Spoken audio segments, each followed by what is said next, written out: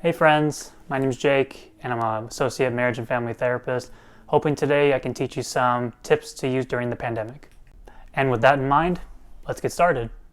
Tip number 1, stay connected. This one might seem like an obvious thing to do. With this increased isolation, I think it'd be very easy to forget that we still have the ability to connect. You can use things like Zoom, FaceTime, or a bunch of different ways in how to connect face to face. It's going to be a little bit different. You won't be able to feel the laughter or the emotion that's right in front of you, but this is just another way of attempting to stay connected. Just like how I'm trying to do on this YouTube channel. Trying to stay connected by teaching others how to stay connected through a screen. Tip number 2, identify your immediate needs. Immediate needs can be like the things that you usually do as a daily ritual. You wake up at a certain time, you might eat a certain breakfast, you might fast in the morning, who knows? You might drive to work, you might not work at all right now. You might visit a family member, you might, call someone long distance. The point is to figure out what exactly is missing in your day and trying to fulfill that with things that you normally did. There will be obstacles such as the different rules, the face masks, the distancing. But with that in mind, how can you best figure out how to ask yourself these heavy questions such as, what am I missing right now? How can I fulfill that in my day? Tip number 3, pets. I don't know what it is about pets. They seem to bring warmth inside of all of us. Maybe it's because when we come home, dogs and cats and other animals are much happier to see us than some of the people that we might live with or people that we usually see. It's not to say that every pet will love and adore us, but more often they do.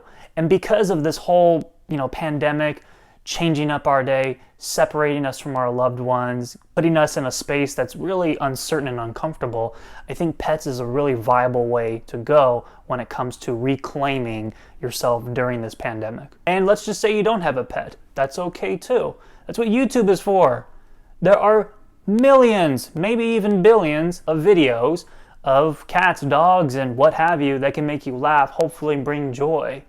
Now, this one might be a little difficult for some because not everybody has a goldfish they can pet, which would be kind of weird. But if you have a dog, a cat, an iguana, maybe even a snake, anything that you keep in your home as a domestic animal, I would really encourage you to pay more close attention into spending time with that. Heck, I've even shared with some of my clients that in the case that you don't have access to the internet, you don't have a pet, but you like going on nature walks or going to the park, chances are you're going to see an animal from afar. Chances are a squirrel will run up to you if you have food. There's a lot of different ways you can get creative with this.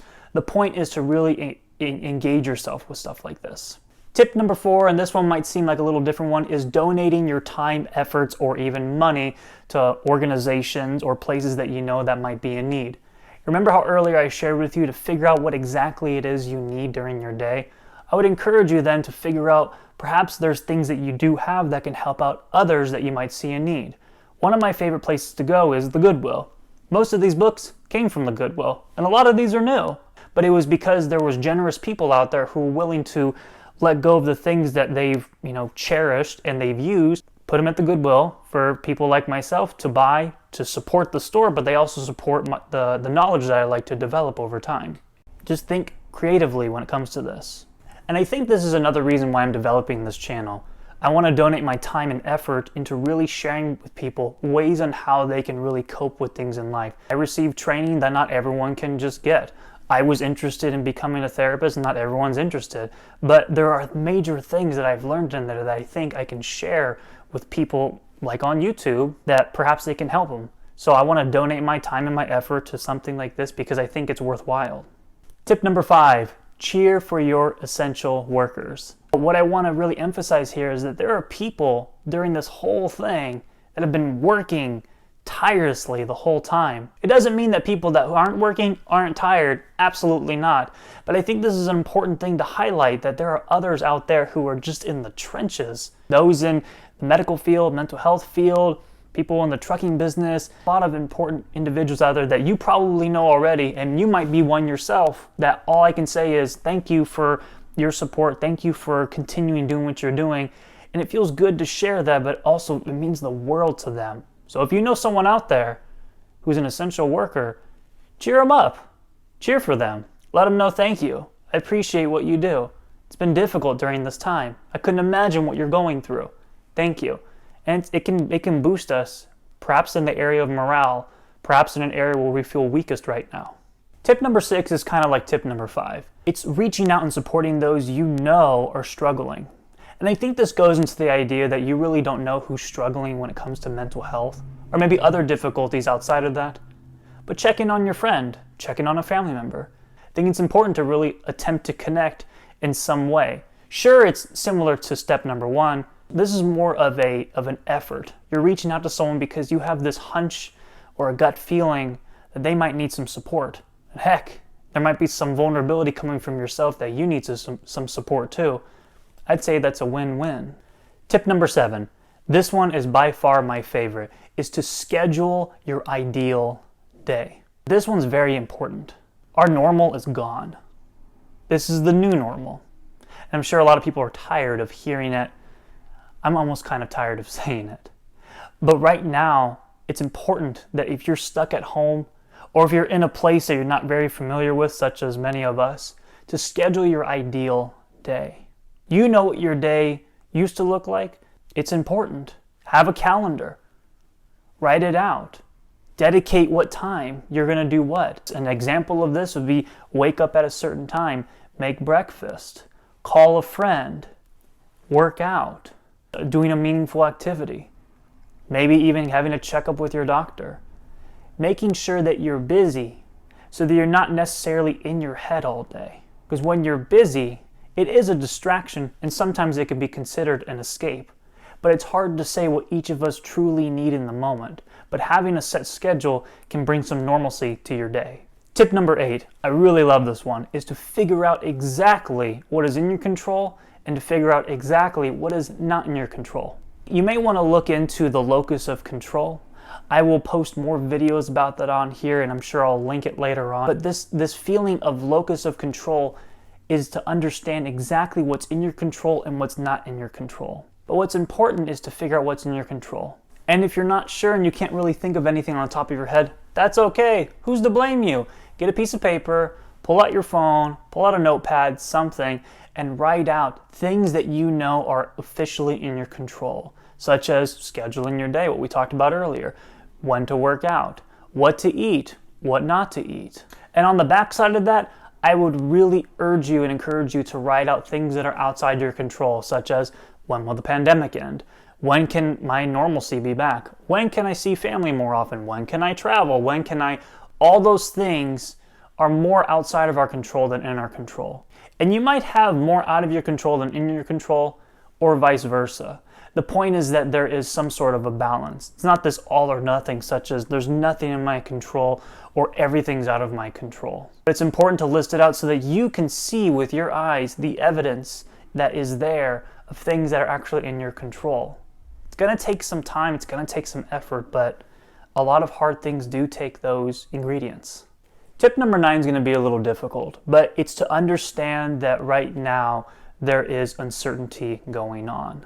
And this goes back into what's in and out of your control, but to be comfortable with uncertainty is such an uncomfortable position to be in. It's like playing your favorite sport or game or meeting someone new. There's a lot of uncertainty going on. You're not necessarily sure what the end result will be. This is going to go into your expectations. It's good to practice lowering the bar just a bit because things are different right now. Such as if I expect to go out to work today to see clients face to face, that's just not happening. But if I remind myself each morning, hey Jake, you know that you're not going to see people face to face today, and that's okay. You still can call them, you still can connect with them somehow. That's going to be my expectation, and that's more realistic. So during times of uncertainty, it's going to be tough to hear, but right now, most of us are dealt with a pretty bad hand. We have a couple decisions to make. We can put it down, give in and give up, fold, or we can attempt to try to play our best hand as possible. We can really just try to figure out how we can deal with this uncertainty, and that might just be lowering our bar of expectations for the time being. Not permanently, just temporarily. Number 10, and this is one I try my very best to share with all my clients, myself, and even some of my colleagues. Be kind to yourself at this time. I think it's very easy, again, to isolate and disconnect from people and to have that one negative thought or belief take over and run your day and ruin your day. Be kind to yourself. And what does that look like? Having a journal focused on gratitude, writing out what you're grateful for, writing out that you're thankful that you have lungs to breathe, writing out whatever you feel that you are having gratitude for. That's a good way to start. Another thing is just to focus on the thoughts that you have. If you have a negative thought such as, this is never going to end, I'm a bad person because I can't connect with family, it's good for you to at least challenge those thoughts to be kind to yourself. Well, a lot of us can't see our family right now. Well, a lot of us can't see our friends right now. Maybe I'm not as bad as a person as I think. These are ways in how you can try to conceptualize a new way to see yourself. It's called reframing. So this is another technique that you can use to try your best to be kind to yourself during this time. And heck, even after this time, I would hope that you can be kind to yourself. It's a healthy thing to try. The next tip that I have is controlled breathing. Now, for the longest time, I used to not be a breathing believer. I thought I was breathing correctly the whole time. Controlled breathing is something, again, that's in our control, but it's another way of how we can remind ourselves that things need to slow down a bit. There's this thing called the autonomic nervous system. Auto meaning it's self-governing, it's automatic. And a part of that autonomic nervous system is the sympathetic and parasympathetic nervous system. Think of sympathetic as the gas pedal to a fast-moving vehicle and the parasympathetic as the brakes.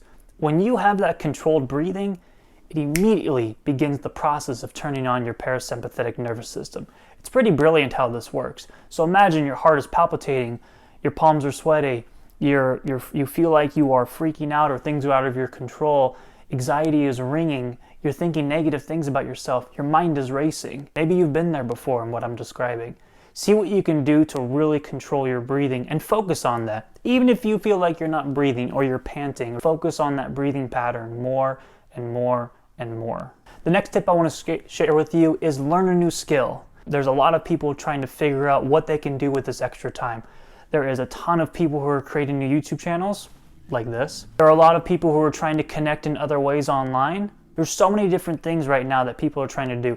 There are many things people have shared with me that they're learning. They're trying to learn how to dance. They're trying to learn how to do yoga. They're trying to learn how to breathe better. They're trying to figure out how to make friends easier. They're trying to, oh gosh, there's so many different things that people are trying to do. All I can say is whatever skill you're trying to do, make sure it's meaningful. It's up to you, but I've noticed that when I try to do more meaningful things, like my skill is just, I want to speed read more. I love reading.